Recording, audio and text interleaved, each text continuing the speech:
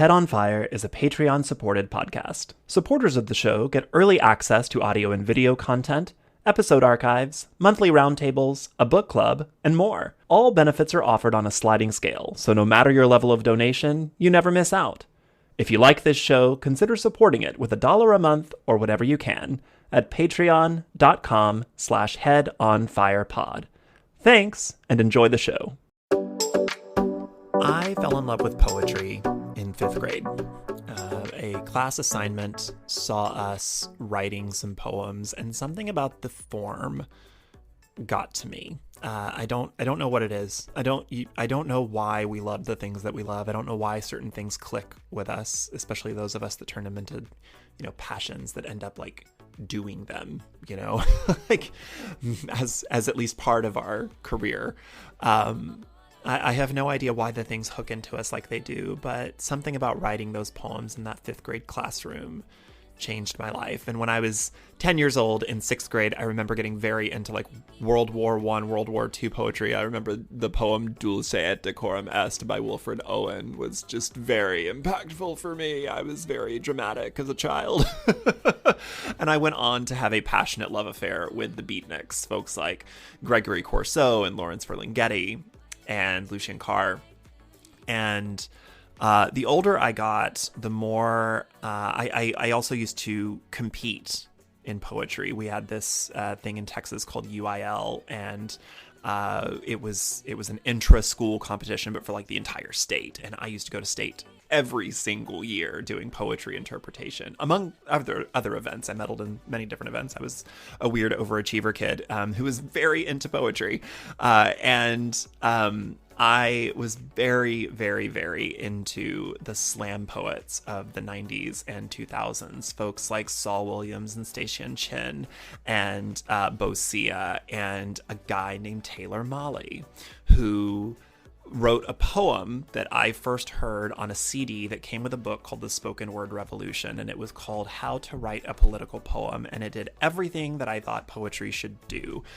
It was satire, it ripped at poetry, it was poetry, it perfectly encapsulated all of the things. It was social commentary, did all of the things that I wanted poetry to do. It hit me in all of the right places. And in many ways, that poem, among other poets, of course, and other slam poets specifically, but that poem and Taylor Mali's work influenced the way that I wrote, and influenced the way that I thought, influenced what I thought poetry could be. And those little fingerprints are still found in my first 2 books of poetry. I wrote a book called The Playground. That was my first book. It came out several years ago. And then a couple of years ago, my follow-up collection called While I Wait to Be a God Again came out. And all the little fingerprints of all those little poets are still found on those poems, despite the fact that it took me, years and years and years to find my own voice. Anyways, all of that to say, I have had a multi-decade love affair with poetry. And I don't think that it gets the justice that it deserves. Every now and then you have somebody, Amanda Gorman, Rupi Kaur, coming out and getting everybody excited about poetry for 5 minutes, and then people ignore it. And for the most part, people don't realize that poetry is just this gorgeous landscape of words that hit you in all the places that I just don't know that prose has ever hit me. Listen, I'm a writer of all sorts of genres. I'm written science fiction and nonfiction and all sorts of things. And listen, I love words. I love me some books, but there's just something about a good poem, a good line that can just wriggle into the deep, dark, squishy parts of you that you don't want to name and you don't want to exist and you wish didn't, and it can just tear you apart or stitch you back together in all of the messiest, most glorious of ways. But I recognize that for many people, poetry as a subject, as a genre, is something that you had to get through in middle school or high school. You had to memorize a couple of poems, your two roads diverged in a yellow wood, your Robert Frost or whatever, and get through poetry. And for many people, when they hear the word poetry, they just have all the wrong ideas about what it is as an art form, as a genre, as an entire wing of literature. So I wanted to ask an expert about what makes a good poem. And I could think of no other expert than Taylor Mali. And I cannot believe the fact that he said yes.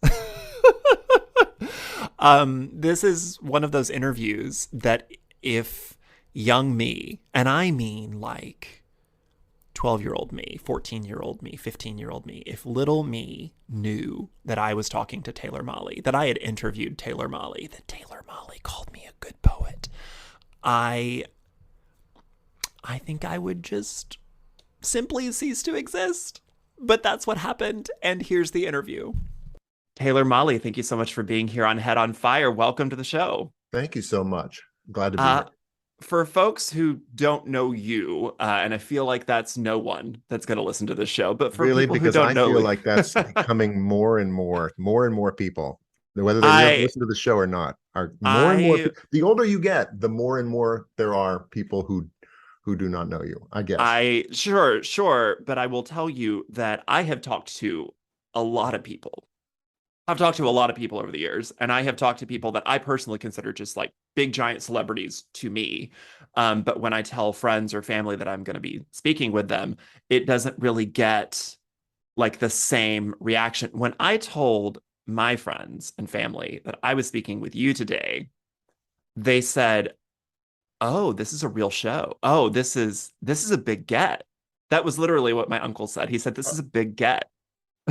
My friend, my former second best friend, Kristen O'Keefe Aptowitz, and Former second best friend.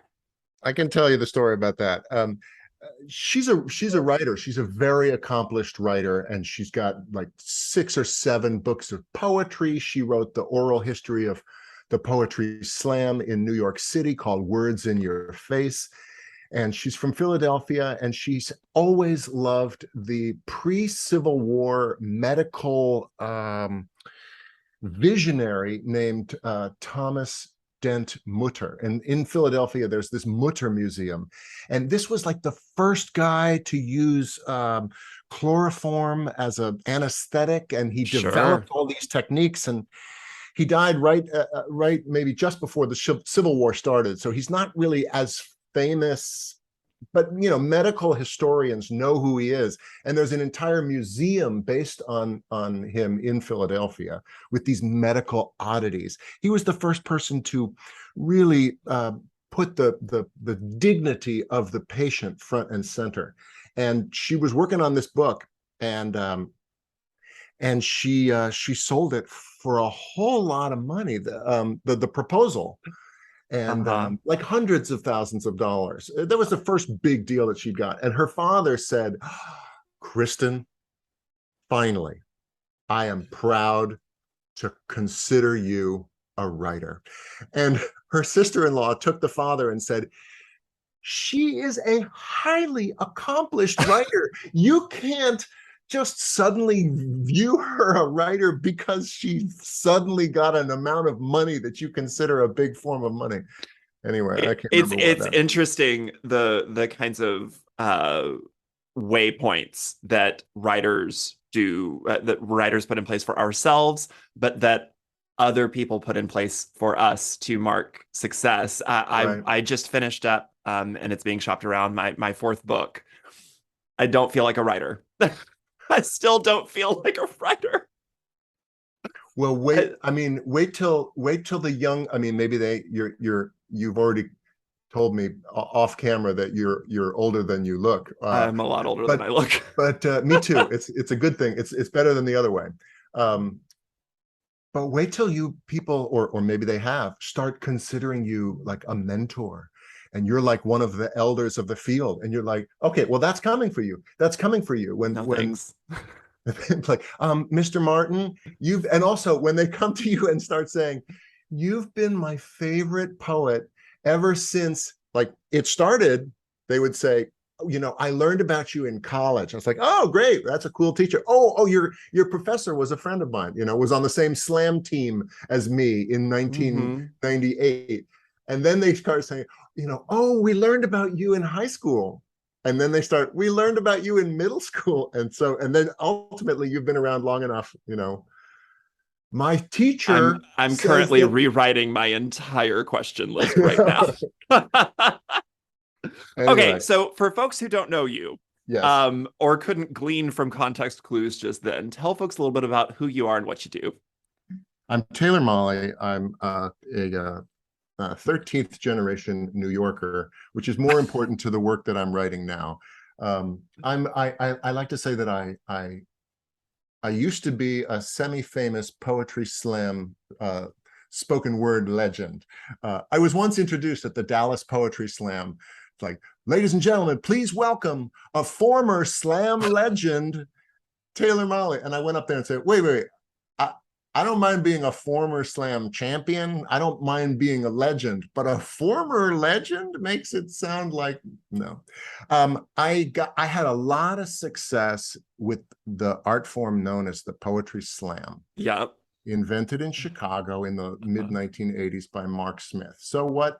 I won it 4 times with 4 different teams, and that was sort of enough to get me invited by Russell Simmons to sort of create this new show that we were going to sell to HBO called Def Poetry Jam.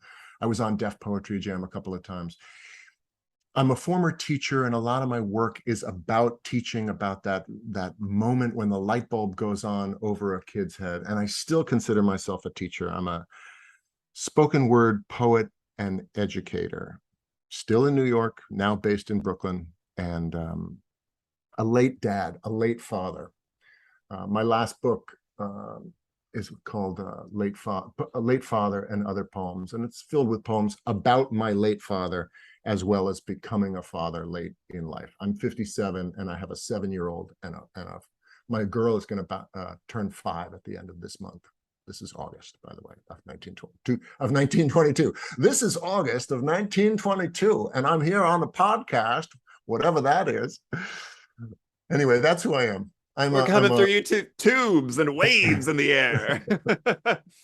I am going to commit a cardinal sin right now, especially given our conversation just now. But if teenage me knew that I was speaking to you and found out that I did not ask about this, he would somehow time travel and murder me, and we can't have time paradoxes on this show. Right. So I have to ask up top, how to write a political poem changed the way that I thought about what poetry is and what its function is in society. Wow. I listened to what is it, Spoken Word Revolution CD, because I was from a very small town in East Texas. And I was interested. I was the weird middle schooler who was reading, Gregory Corso and Lawrence Ferlinghetti and all of the weird beatnik poets and Allen Ginsberg and all of that. And then I got to the Spoken Word Revolution and realized that we were still doing this. Right. Anyways, one, does that poem hold any significance for you whatsoever all these many years later? But 2, what do you think is the function of poetry in society? Wow. Okay. Well, I'll answer the first part. How to write a political poem. I guess I wrote it in 2001, right? Because there's a reference about somewhere in Florida, votes are still being counted. And would you like me to quote the whole poem to you? Because still do you know it? Did you do it for? Did you memorize it for forensics? Oh, for sure. I'm not a political poet, and I feel like political poets are, poets who use their work to imagine society the way it should be or could be, or to criticize the way it is now. And that's really not my mission in poetry. Mine is to celebrate the word, to celebrate the word and thought and the quirkiness of language, and hold a magnifying glass up to special moments, especially if they're small and unappreciated. That's what I do. But in the poetry slam, and if anybody's never been to a poetry slam, it's where you get judged by 5 randomly selected racist, homophobic, increasingly people over the course of the night on your poem. So you have to have a thick skin, and you're judged 5 points. Yes, there's lots of snapping if they like it. 5 points on the literary merit. Ostensibly, you're supposed to be judged on both the literary merit of your poem and how well you performed it, so that a 10 is a perfectly written poem performed perfectly. It never really happens that way. 9 times out of 10, a brilliantly performed mediocre poem will win out over, for sure. over the mediocre. It's a performance medium of a brilliant poem. Yeah, because it's a, you're at a bar or a coffee shop or the corner of a bookshop listening to people recite poetry. So the performance of it, and even when Mark Smith founded the Poetry Slam, in Chicago in the 80s, it was as a result of him going to poetry readings where everybody clapped, like this. And you just sort of have to pretend that you like everything. We're kind of, there are plenty of poetry readings like that still. And so the performance of a poem matters more in a slam. Interestingly, if you have a venue and you go to the same venue over and over, and you sort of decide, this is my venue, I like what they do here. The more you go to poetry slams, the more you stop being bowled over by the performance, and the more you are able to focus on the words. So after you've been to a couple, you could say, oh God, that guy who won tonight is just all fire and fury and no craft. You would never hear somebody say that who went to their very first poetry slam. They would say, like, oh my, that guy who won, I didn't know poetry could be like that. So political poems do well in poetry slam, even if it's like the venue that I helped run, called Urbana, was named after the town in Illinois, and therefore the worst name for a poetry slam.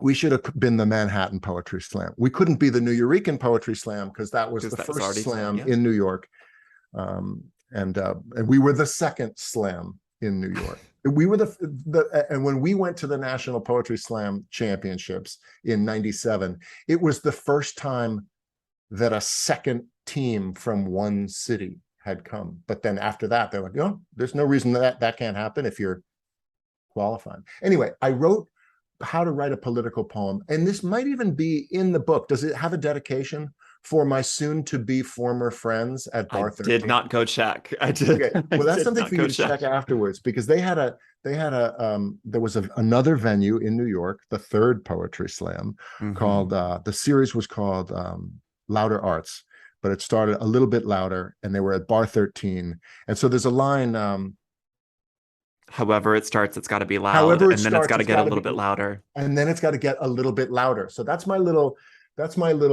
dig at my friends at Bar 13 at the Louder Arts, who that was the mecca of political poems.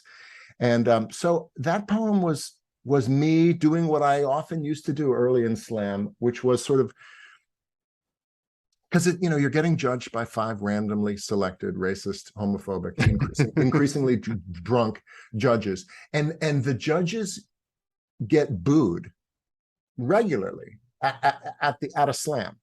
The MC will often, especially if they're nervous, when they get the scores, the MC will be tempted. Somebody goes up and does a poem, and the judges the judges weren't feeling it. The audience, through their applause, likes to make the poet who just performed, whose scores are apparently not going to advance them to the next round, the audience, through their applause, likes to make that poet feel like they were wronged by these judges.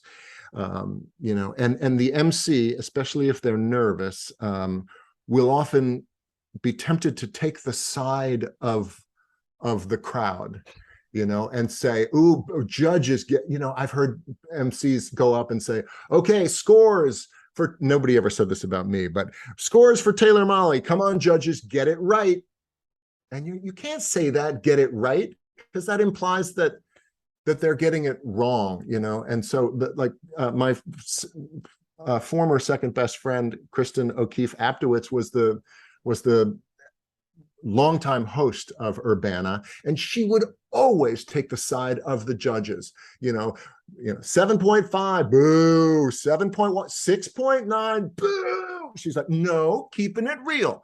Judge keeping it real. She would always take the side of the judges. So the judges felt, okay, good. At least the MC has my back, and I can really judge these poets, and give the better scores to the ones that I like better.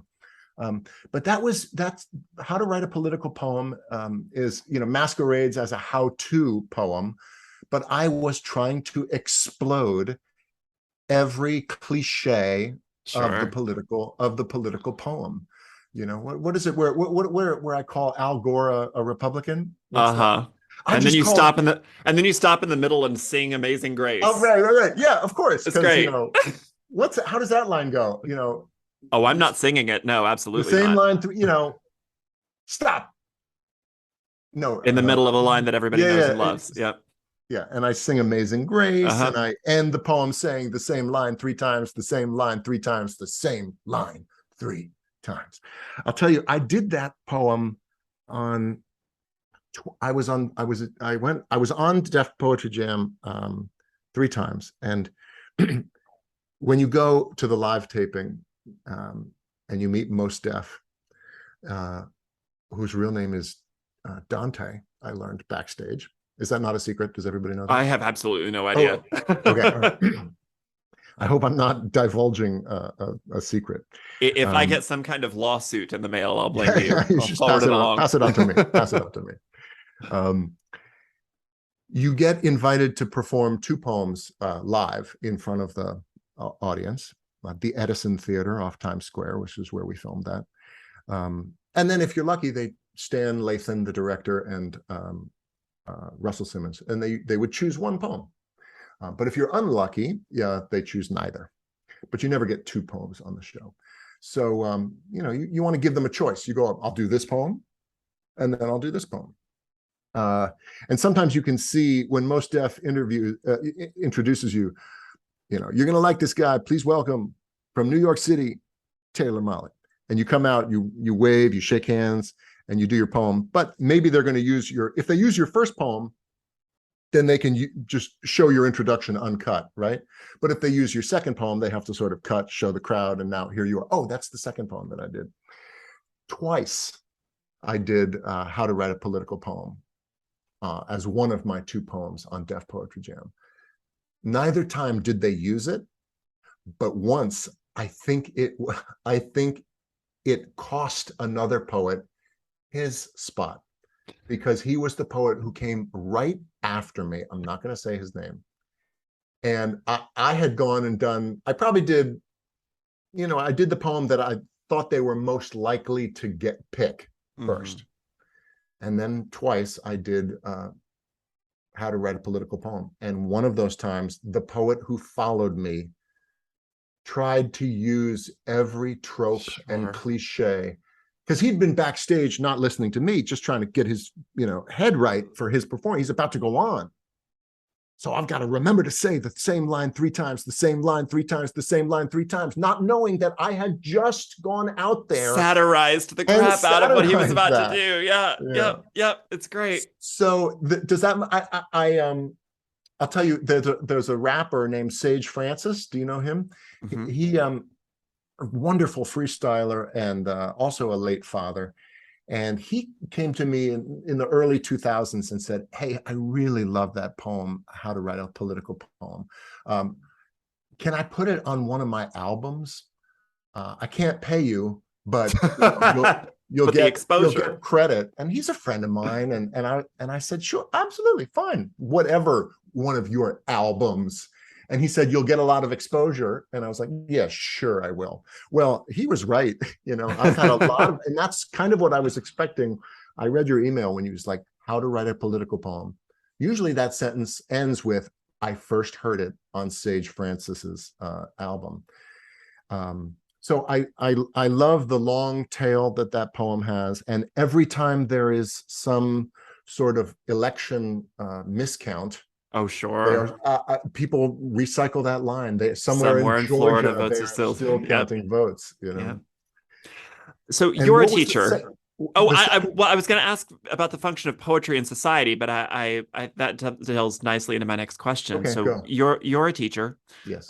Several subjects frequently come up as being done an injustice in the public school system. History is one of them. You've written poems about how much you hate history. We are taught history of the victors, and we don't really find a way to fill in the blanks until much later in life, after most of us have written off history as pretty boring.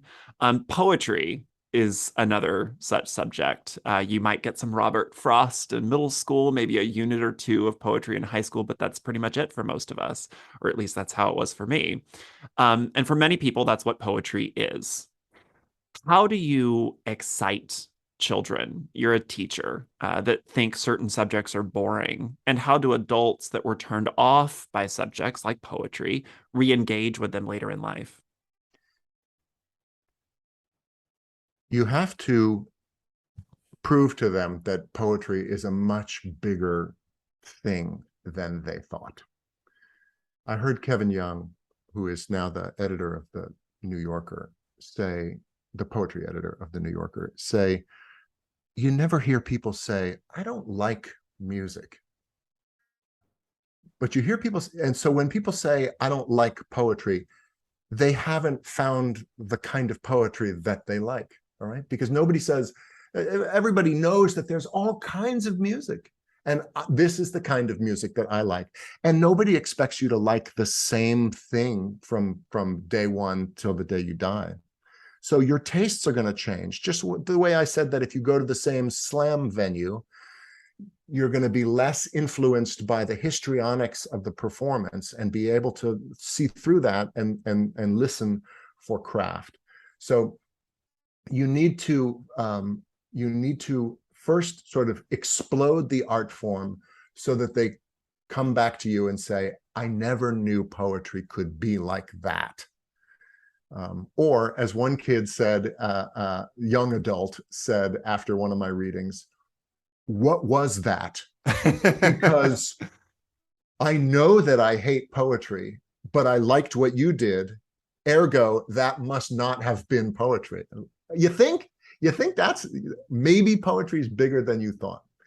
So I revel in the playfulness of it. I talk about topical things. Kids love to rhyme. Rhyme is candy to the human ear. So sometimes I'll go in, I used to make my living since I quit teaching.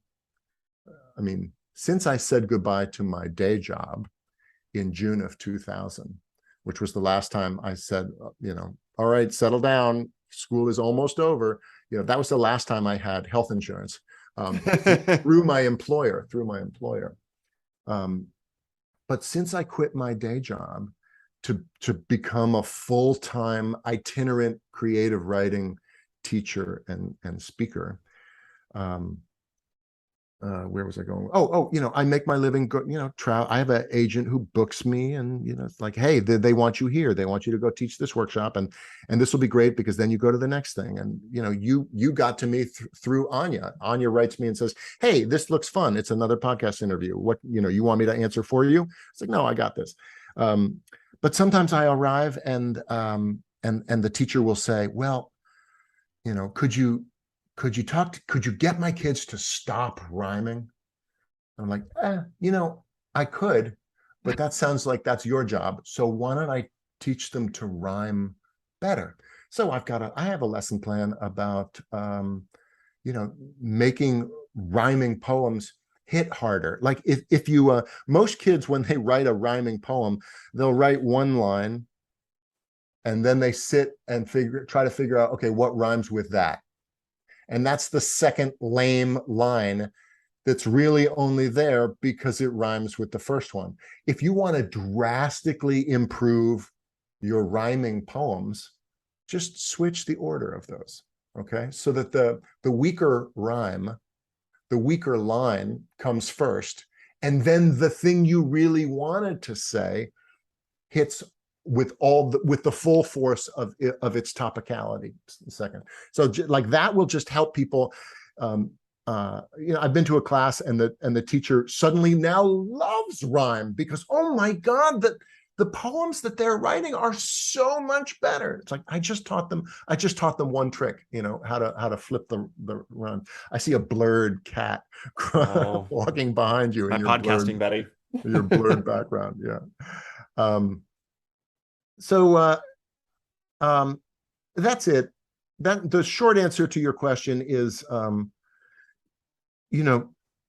show people that poetry is a lot bigger than they thought, and get them to write some. If you want to, poetry is we used to teach it by saying, okay, here are the great dead masters, and now do you love poetry? And the answer is no. But the spoken word is a wonderful entree to poetry. Like, let's get you to write some.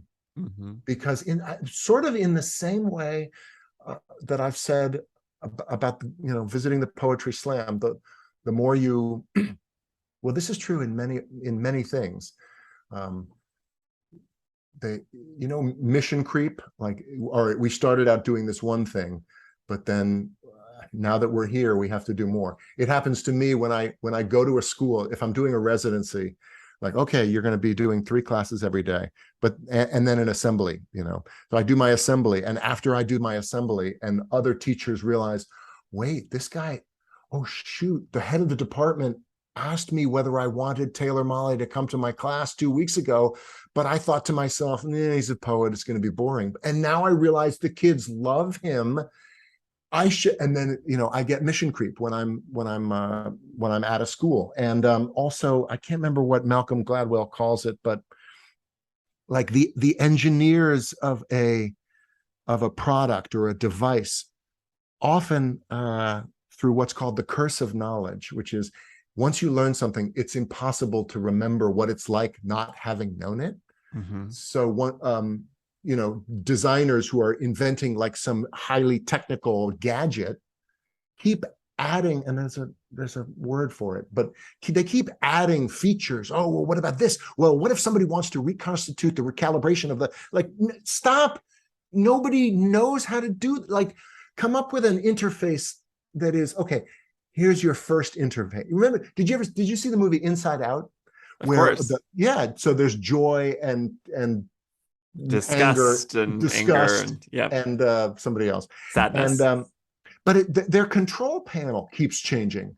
Mm-hmm. Like in the beginning of the movie, when Joy wakes up, she has a control panel that just has one button, and as you grow older, you learn you can have a different control panel, and that's sort of like mission creep, and that's sort of like poetry. As you get more and more exposed to poetry, your control panel can get bigger and you can try different things. But too often we teach poetry by just throwing people in front of a poem that was written by somebody, a dead master, who had a huge control panel at their disposal because they lived this shit for decades, for centuries.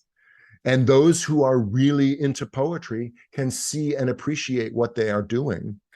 I think that's true for most genres of literature, in that we are we are fed a very fixed curriculum growing up. And if you do not happen to like that fixed curriculum, you might think that that's all that literature is. So you think that you hate reading, you think that you hate stories, you think that you hate poetry, et cetera, et cetera. You just haven't found what works for you. You once said you know the difference between the questions to answer and the ones to ask. What's the difference? What do you think? I'm asking you. You wrote the poem. Where does that come from? Miracle Workers?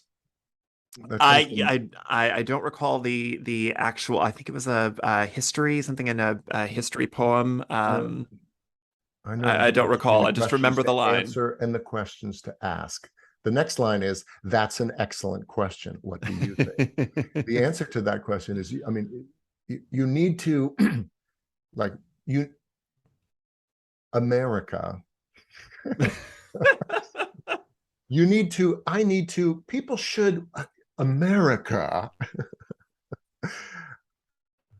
we need to get back to a place where we appreciate the question. I remember seeing this Woody Allen, there's somebody who's fallen out of favor, but I grew up with this little book of cartoons, like little Woody Allen one-liners. It was editorial. Were they editorial cartoon? I don't know. It was like a graphic novel of one-liners illustrated, not by Woody Allen, but Woody Allen was a character. And in one class, he's going to a philosophy class. And the teacher says, in philosophy, sometimes a good question is more important than a good answer. And he goes, what's a good question? And the teacher goes, that one. And he says, what's the answer? And the teacher goes, this. So I know the difference between the questions to answer and the questions to ask. That's an excellent question. What do you think? I'm going to go back and challenge myself and say, I don't think I do necessarily know the difference between the questions to answer and the questions to ask, but you're always safe by continuing the conversation with the question, I don't know, what do you think? You know what Pete Buttigieg as a presidential candidate was so good at answering questions with maybe. You know, they would say, do you think that if you became president, do you think that it's possible that da, da, da, da? He would go, wow, maybe. And it's just so great to hear a politician start out with maybe instead of burying their lack of a definitive answer in something that sounds incredibly definitive. Well, it's so good because the cycle of conversation, the discourse, capital D, is so it continues to be fed by people forcing themselves or being forced into positions of declarative yes or no or this or that, and it must be this. So as soon as you form any opinion whatsoever, then all of its opposites are now weapons against you. Oh, well, you like pancakes, so waffles are terrible, huh? Well, clearly you're a war against scrambled eggs. Yeah. Yes.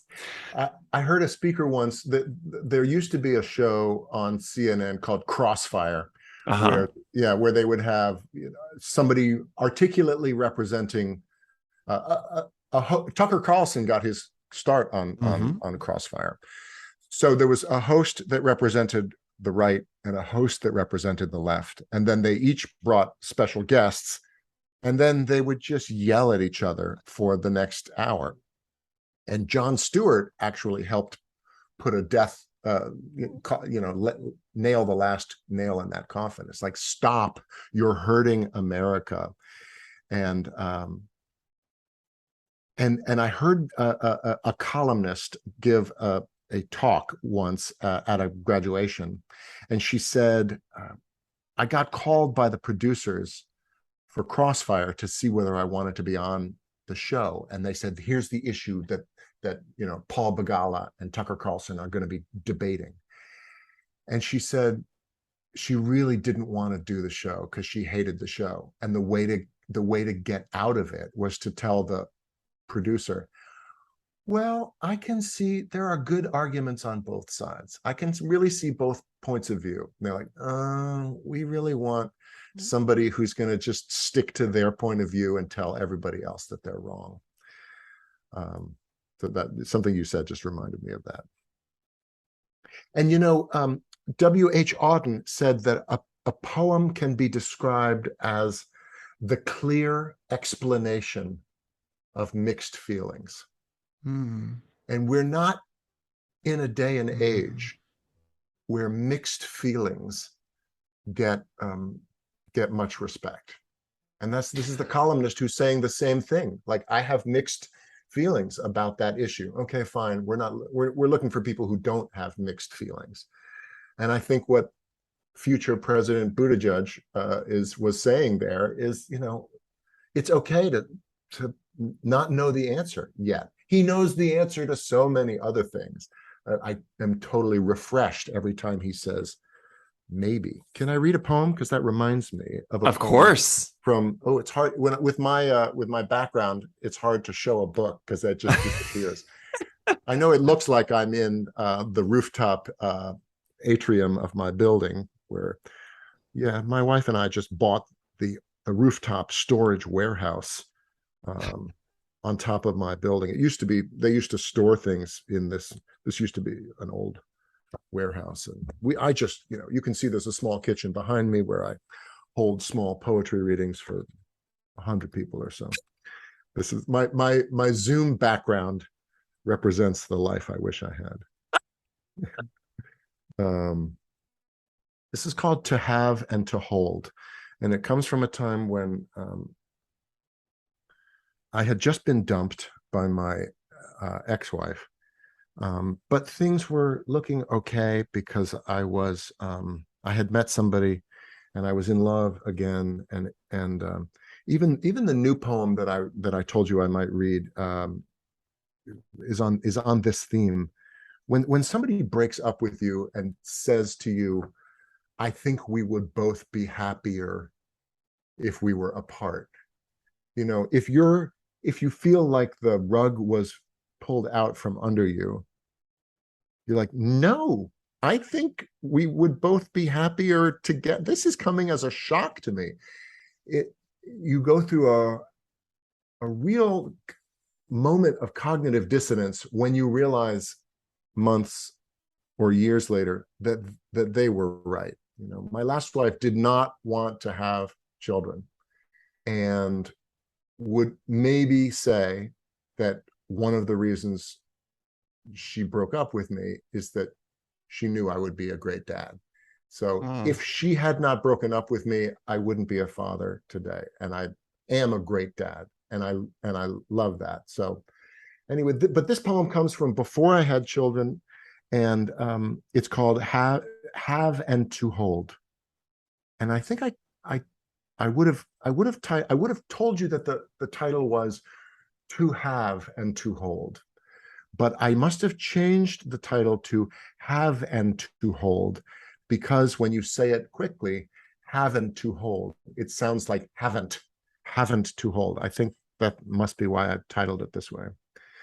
I want to be the one who was left as well as the one who moved on and found a better love, which seems to me somehow selfish, greedy, and therefore human, to hold hard to the hurt in one hand, but have the other open and empty. There is a way of nursing a wound that keeps it new and beautiful, as ragged as the day it bloomed.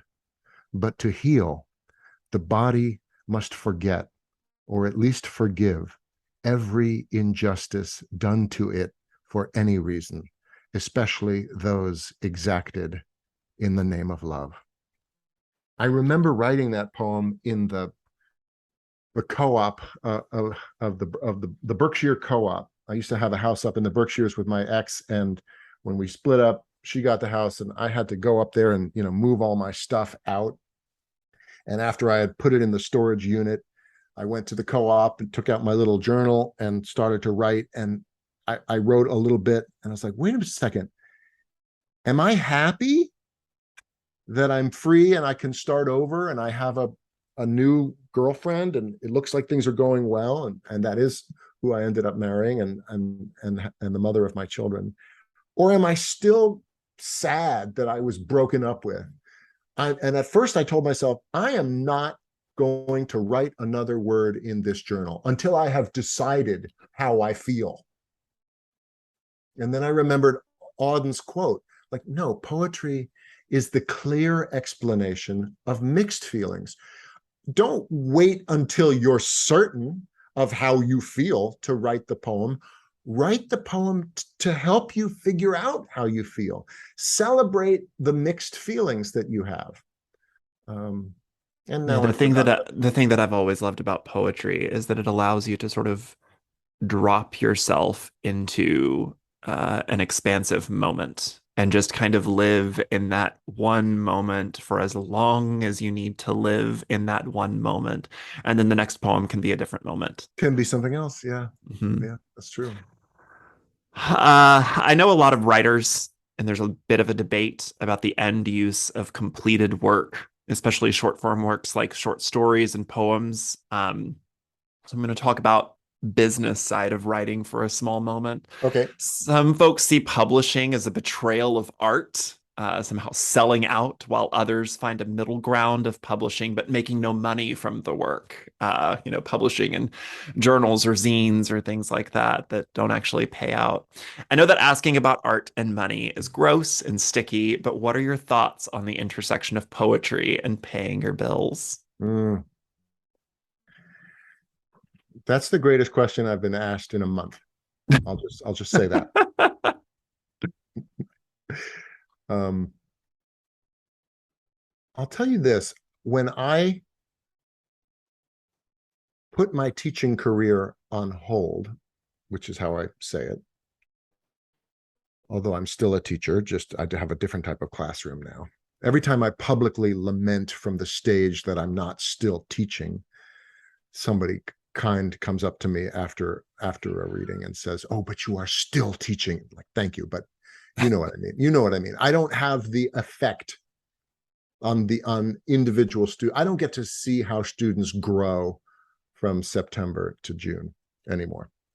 Um, but when I went to the headmaster, I used to teach at a all boys school in New York called the Browning School, and I went to the headmaster and said, I'm gonna see whether I can pay the bills as a writer for a year. And he said, all right, if it doesn't work out for you, you can come back and I'll rehire you. Which he then claims later he is not, he was not, I never said that. I'm not even sure I'm legally allowed to say that. Anyway, so it's good thing, it's good that things worked out for me. I told myself that I was gonna, try to be a professional poet. And I had this sketchy agent who wanted to be my agent and said, look, I could get you so many gigs that but you can't have a day job. And I had began to see that he was probably right when in like 1998 or 99, somebody from the University of North Dakota had invited me to come and do a reading on a Thursday night. And I thought, okay, I'm going to have to, and it was April because it was poetry month. And that's when he wanted me there. Sure. Like, okay, all right, I'm going to have to, I could come in Thursday morning and teach classes, but I'd have to have a sub come in for Thursday afternoon. And I run to the airport. I get on you know what? I really should have a sub for Thursday and Friday. And it was not a good time for me to go. So I told him no, I couldn't do it. And he kept offering me more and more money, $500 plus airfare. Oh my. And we'll put you up in a hotel. And when I hung up the phone, they say, if you really want to negotiate the value of something, you can't, you just have to be ready to walk away. And then you find out what the true price of something is. And I think when I hung up the phone and I said, I can't do it, he was like, $1,000 plus airfare. And I hung up the phone. I couldn't do it, but I was like, I make $28,000 a year. If I could do 28 of those, I would have my teaching salary. And so, the next year, it's a little bit awkward for someone whose most famous poem, is about how dare you judge me for what I make as a teacher. I make a goddamn difference. What about you? Yep. To then say, well, but I am going to, judge my worth as a poet. It's to answer your question about commerce and art, your relationship to the art changes when it becomes the way you're hoping to pay the mortgage and put food on the table. And so that you start looking at, okay, yeah, I'll do that. What's it pay? What is it paying? And I had to stop doing things for free for a little bit. I'll always do things for free. And the pandemic, of course, changes everything. And but I don't agree with those folks who say that, publishing, what did you say? Publishing is the death of art. That sounds like someone who's not getting published as much as they wish they were, and is trying to put a philosophical spin to help explain away their lack of success. A little bit. The flip side is that there is, contrary to what various TV shows and movies would have us believe, there is actually very little money to be made in publishing on the whole. On average, that in order to be a writer, one must either come from money or have a spouse with plenty of it. You also have to deal with endless waves of rejection. So in that landscape, what is the value in publishing, and how does one publish in genres that are overlooked and undervalued? Oh God, that's a great question. And I come from money, so that's why I wanted to ask you. I did promise no gotcha questions, but this is as close to one as I have. This is as close to it gets. Well, we all, I look to my my mentor Billy Collins as that's the kind of poet I want to be. So he sits in his beautiful house in Florida and and writes poems and just travels the world and does poetry readings. And that's that's like being a movie star. Like when you're an actor, you're looking at a movie star and saying, that's what I want to do. It's like, oh, that's just, a tiny fraction of the work goes to people like that. So yeah, you do have to likely have another income source if you're writing all the time, unless you're a journalist. I mean, journalists are writing all the time, but then they also write their books on the side. You have to have a lot of energy, and you have to be able to use the hours of the day that most of the time you spend thinking like, oh, this is time best used sleeping. I have a Darwinian sense of talent. But also I have a huge safety net, underneath. If I fall off this tightrope, I know I'm not falling to my certain death. What do they say about George W. Bush? He was born on third base and he thinks he hit a triple. I wasn't born on third base, but I might have been born on second. I think it ultimately comes down to the difference between internal motivation and external motivation. And the question, what is the value of publishing in underserved or overlooked art forms, if it's not a viable means of supporting yourself?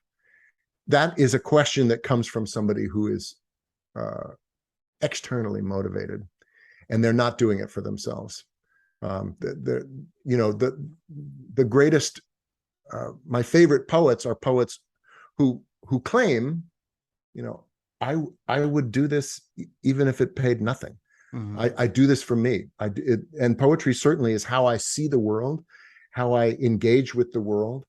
And so even if there was no one interested in listening to what I had to say, I would still write. And that's because I'm internally motivated to do it. And it's how I live. It's how I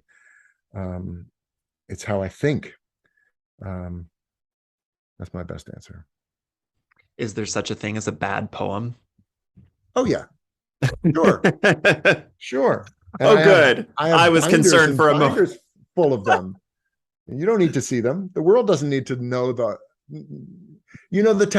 theory of the 10,000 hours. Oh, sure. Oh, Yeah, yeah. that, but that's my journals are filled with 10,000 hours of bad poems, but nobody needs to see those. Yeah, to Like get one good hiding cohesive those, collection, you have to have written thousands of very bad poems. Yes. yes. And I and do. and I will say, this is probably the shadiest thing I will say about other writers or other poets on the show, but I do get a little concerned because I know that to put together a solid collection of poetry that's worth putting into a book, I had to write hundreds of terrible poems to get the ones that were going to work, and then I wonder about those really thick books of poetry that you see where it's just like every errant thought the poet had seems to have gotten put in that book, and I wonder, could we maybe have edited this just a smidge? Did everything that you wrote need to be in the book, or I maybe heard some of about these were filler? I heard of yeah, probably. I've taught poetry workshops, but I've taken more. And I heard about one where the teachers, after on a Friday, said, okay, here comes the big assignment. For next week, I want you all to come to class having written 50 poems. Oh yeah. So when that's the assignment, Hmm. you have to just like looking out the window, drinking coffee, wondering if I shall ever taste the sun. Done. 59 more to go, 49 more to go. You have to have, but then, and that is, I've never done that. I'm wearing a t-shirt from Brooklyn Poets, which is my new, might be my new go-to venue. Um, Brooklyn Poets was started by a poet named Jason Koo 10 years ago. And, they existed they were a series, and they were like, hey, come to our yawp, our monthly yawp. And we go to different venues. They didn't own their own space. They would, go to the 61 Bergen Street. It's a bar not far from here. And then when the pandemic came, they went and did online classes. But as a result of the pandemic and businesses closing, up in Brooklyn Heights at 144 Montague Street, they have their own space, this gorgeous sort of second floor bookstore performance workshop space. And I want to help this guy. So yesterday, or earlier this week, I had gone to take one of their drop-in workshops, um, from 5 to 6, and the teacher had said, okay, we're going to write these short poems, and I just want the title to be Poem For, and I want you to write a poem. It's like an ode poem for this, and I want you to consider something that you've never considered, and I'm going to give you 5 minutes, and I want you to write at least 3. And that was the most first time I'd ever been tasked to write 3 little poems in 5 minutes. And it reminded me of that exercise that I'd heard about, where you had to write 50 before the next meeting. So there is a value in writing quicker poems, but also there's a lot of work that goes into that, and those thick books of poems, yeah, maybe could have had a smidge of editing going on as well. Uh, what you're talking about is an exercise that writing friends of mine and I do, get together on the back porch with a glass of wine and do, we've got little, here's some nouns, here's some verbs, or here's some random topics or something like that. You draw one, you write a poem in a minute, in 5 minutes, and something like that. And what's great about that for me always is, we'll read something and it'll be, of course, garbage, but somebody will look at me and say, "Oh, I love what you're saying, and I hate all the words." Or well, none of this works, but this line, you've got to find something to do with this line because this is a good line. And when you're under pressure and you're just kind of not thinking at all, suddenly, something, a little nugget of gorgeous can come out. Well, that's I mean, that's if you can get a little nugget of gorgeous out of out of a workshop, that's great. And if when somebody reads an unsuccessful poem in a workshop, my goal as the teacher, but also as when I'm just a student, is to ask them questions about what they wrote, about the experience, and try to get them to say something that the whole class goes, oh, why didn't you say that? Exactly. Exactly. We Because then you're really, trying to explain the poem, and it's like, well, you just should have just said you that. just should have said that. And Just say I that. mean, Keats said, beauty is truth and truth is beauty, and that is all you know on earth and all you need to know. And too often people, when they're writing poetry, default to beauty. They want to say something beautiful. And as a teacher, you're like, why don't you just focus on true? Say something true. What is the truest thing you could say? And so, especially when you're in a workshop, nobody knows anybody, and we went around the room, and that guy said he has 4 books. It's the same philosophy that makes you bring to workshop a poem that you're not ready to workshop. In fact, you think it's perfect, and you want to hand it out to everybody and have them go, why would Oh, you change a wow. word? Yeah. You're Yeah. wasting everybody's time. But I don't want people to think I'm bad. Right. Only recently have I, gotten to the point where I'm taking a workshop from a friend of mine.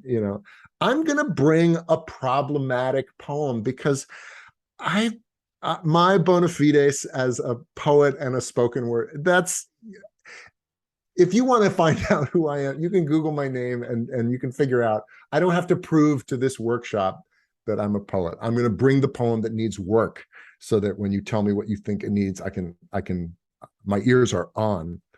Do you sit around with your friends drinking wine and writing poems?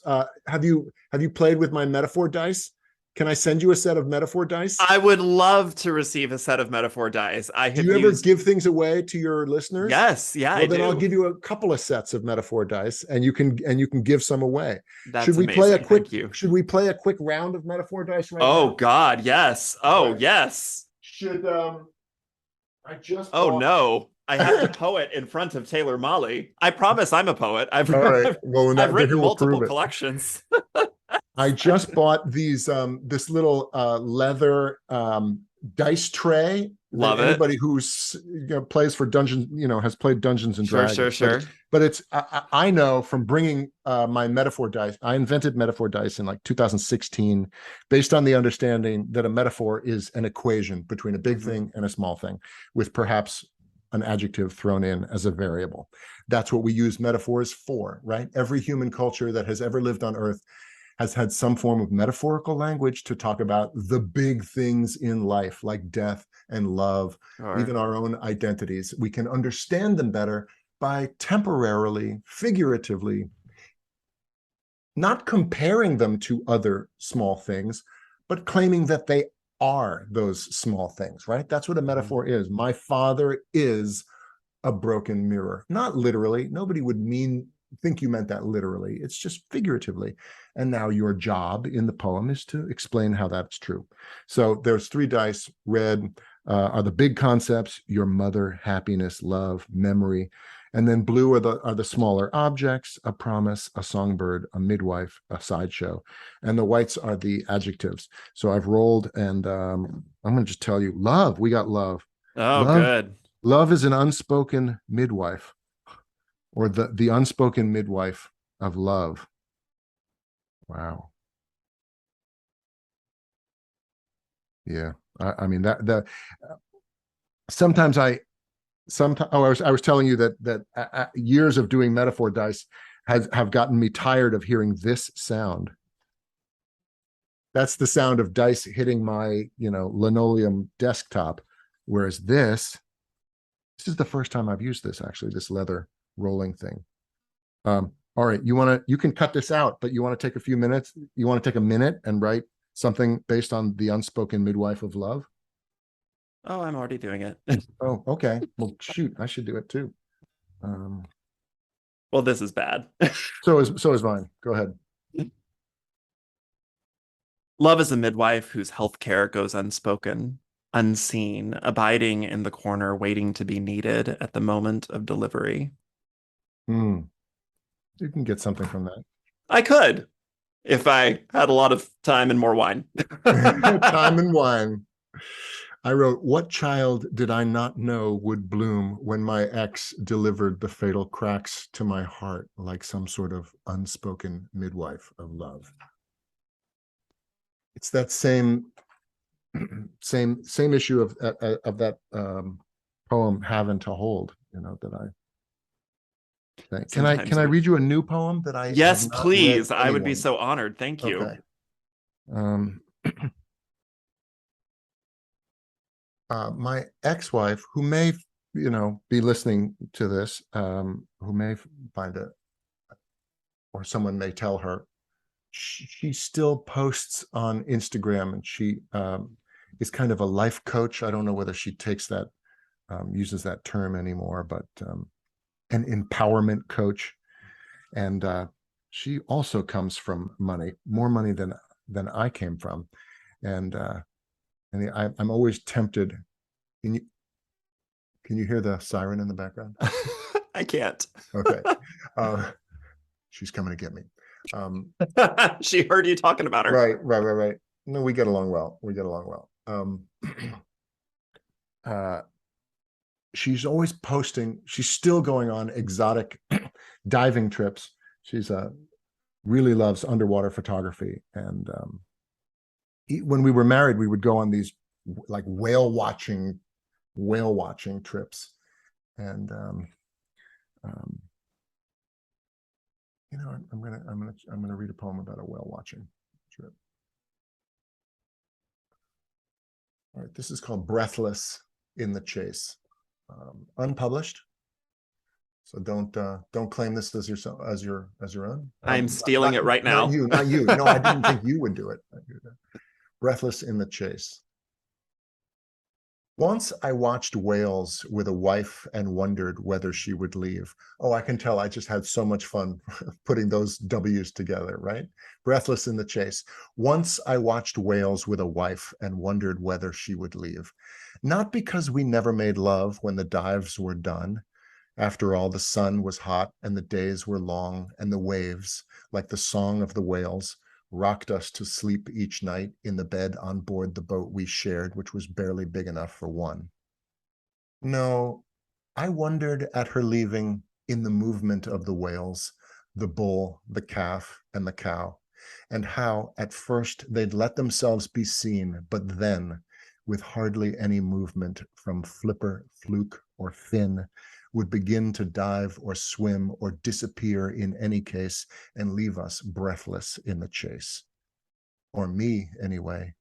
I was the one who whined and wailed about how they always got away, while she, my wife, would only smile and close her eyes as if to say, "There's nothing that I would not give to live that life and move that way." So thank you. I knew she was going. I knew she was going. Oops, sorry about that. And that's not her calling. Right? That would have been the perfect. But let me do the other one, because she still goes on amazing dive trips and then tries to spin. Here's a photo of a breaching whale. Tell me about a time that you came face to face with something magical and majestic. And I wanted to start a parody account of her Instagram called "Be Born Rich," because I feel like that's the hashtag that you can put at the end of all of her bits of self-help to make them make sense. Be born rich. And so this is a little bit more petty. Doesn't even have a title. I want to repost every gorgeous photograph my ex-wife posts to social media from her last exotic vacation and spins into an advertisement for her women's empowerment coaching business on a parody account that I have yet to create called #BeBornRich. Want to learn to see how massive obstacles in your life, want to learn how to see massive obstacles in your life as beautiful, majestic creatures, like this whale I photographed last week off the coast of the Maldives? Hashtag be born rich. I am so much happier without her, so I don't know why it still hurts, except that I was born rich too. We never worried about money, and it still wasn't enough. And my happiness now is somehow proof that she was right to leave me. That was sort of an epiphany when I realized, God, I'm so happy now that I guess I have to admit you were right when you said we would both be happier,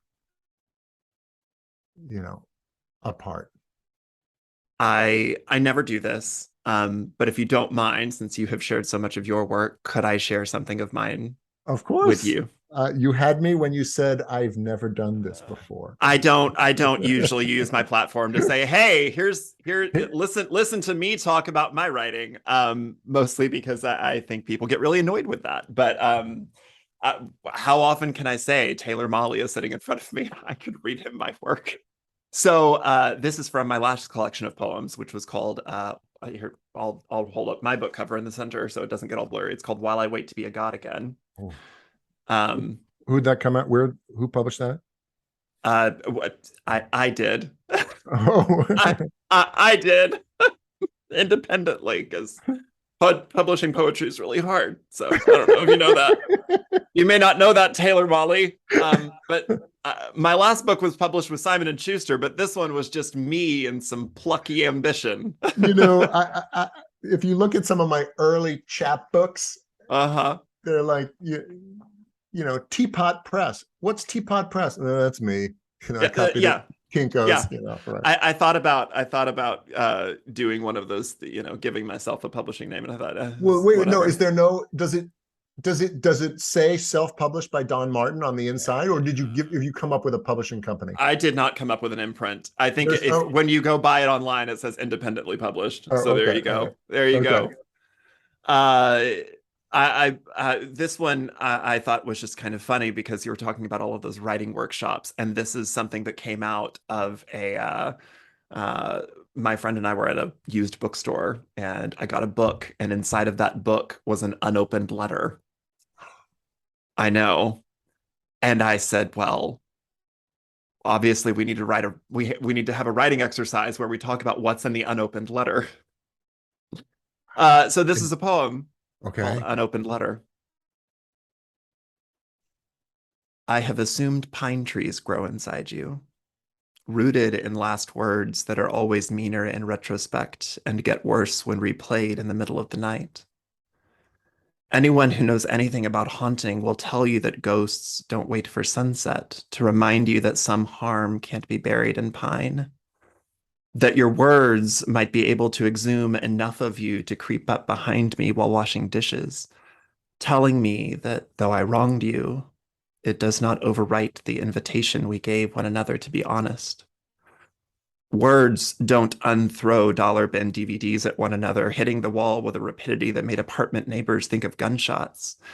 And no pen you could have held would be able to take back the bruises under my shoulder blade like I was going through growing pains, trying to sprout wings.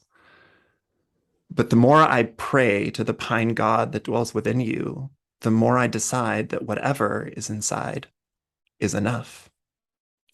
But from the fear that you might not have felt the same, I keep you at the bottom of a box where you can spread the scent of pine trees on all my old birthday cards. You never opened it? No. You wait, what? That's the Nope. dumbest thing I've ever heard. That's a great poem based on a you never opened the letter. It smells like Never opened it. pine, and it gave you a great poem, and you're like, Yeah. thank you. That's all I need. I'll just put it back now. That it wasn't for me. That's not my letter. I know. I know. We never opened it. I have no idea what's inside. Oh, you would have passed the marshmallow test, wouldn't you? Yeah. Yeah. 100%. See, I would have failed. Yeah. I would have. For you, that marshmallow is still sitting there for you. It's rotten. That is long gone. It is long gone. I want to be respectful of your time. I know we've gone over.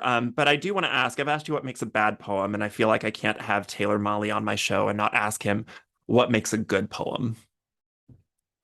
Well, Frost said, no surprise for the writer, no surprise for the reader.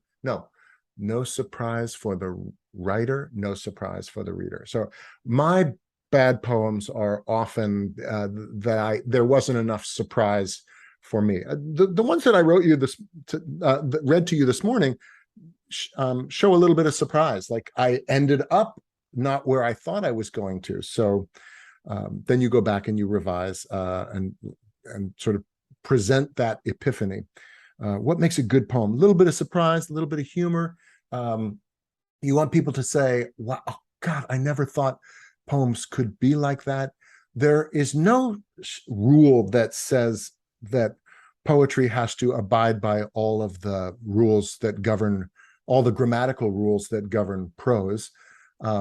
Nevertheless, mine virtually always do.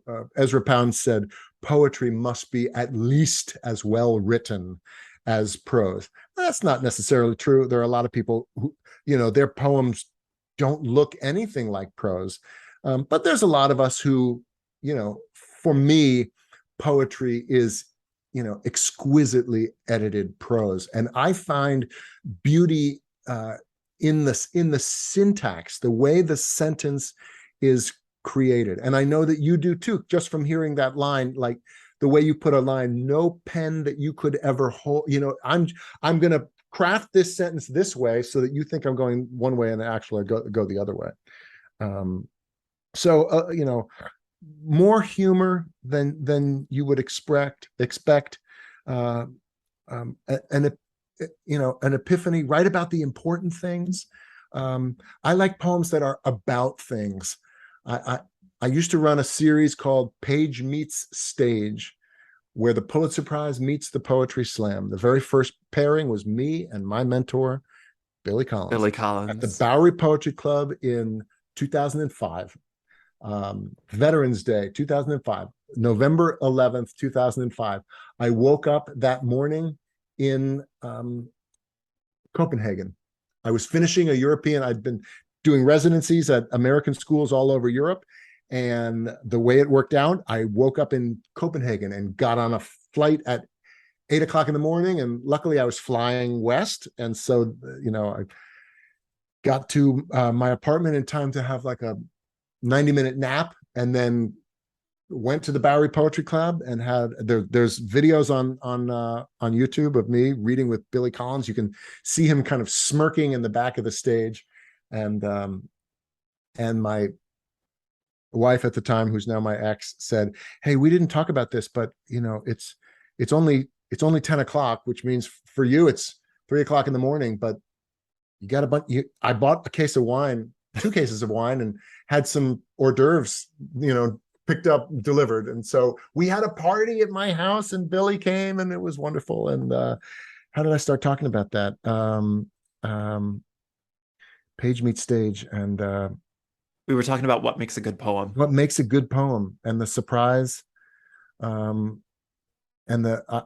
over rely on humor, especially if I'm reading poetry to an audience whom I am afraid are going to say, yeah, I never liked poetry. You mentioned the adults who think they don't like poetry. And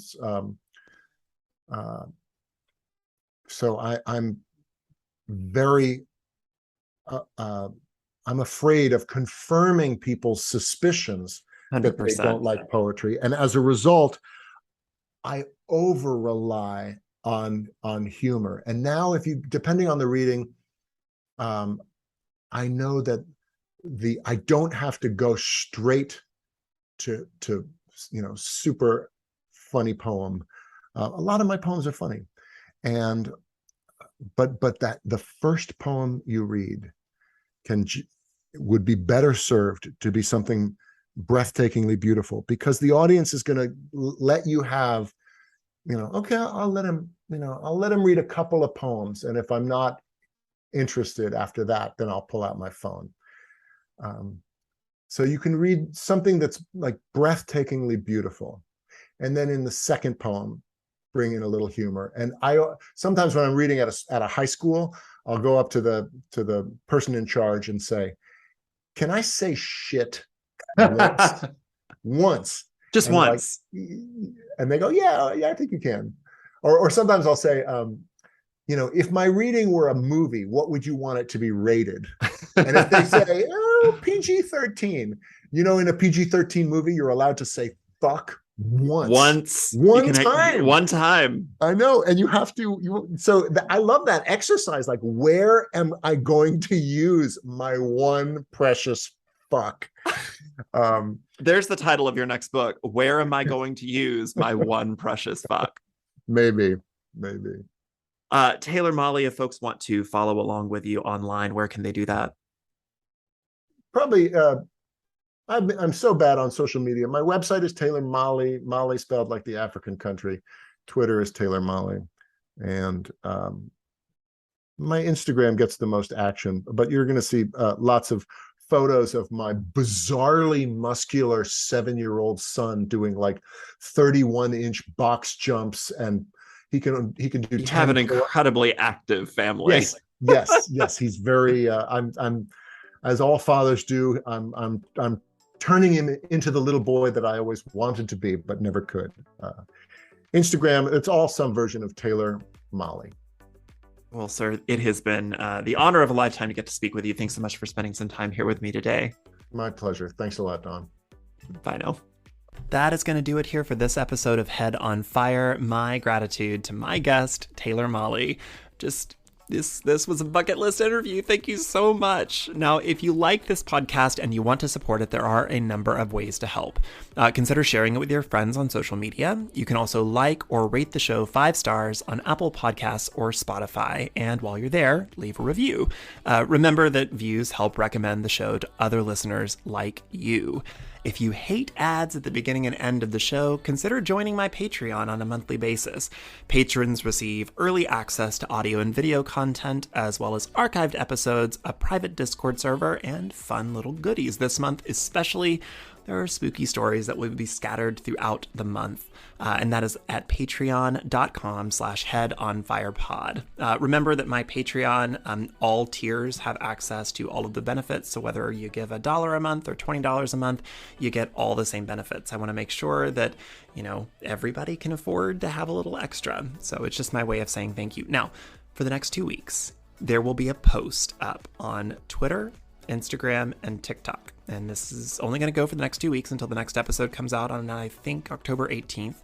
If you interact with one of those posts or all of them, you will be entered to win a set of Taylor Mali's metaphor dice. You want to go check the rules there, but it's going to just be a lot of liking, tagging, sharing it with a friend, tag your friends kind of thing. So if you want a set of the metaphor dice, go find them. I'm going to go, but before I go, just remember, a good poem is the one you write. Bye.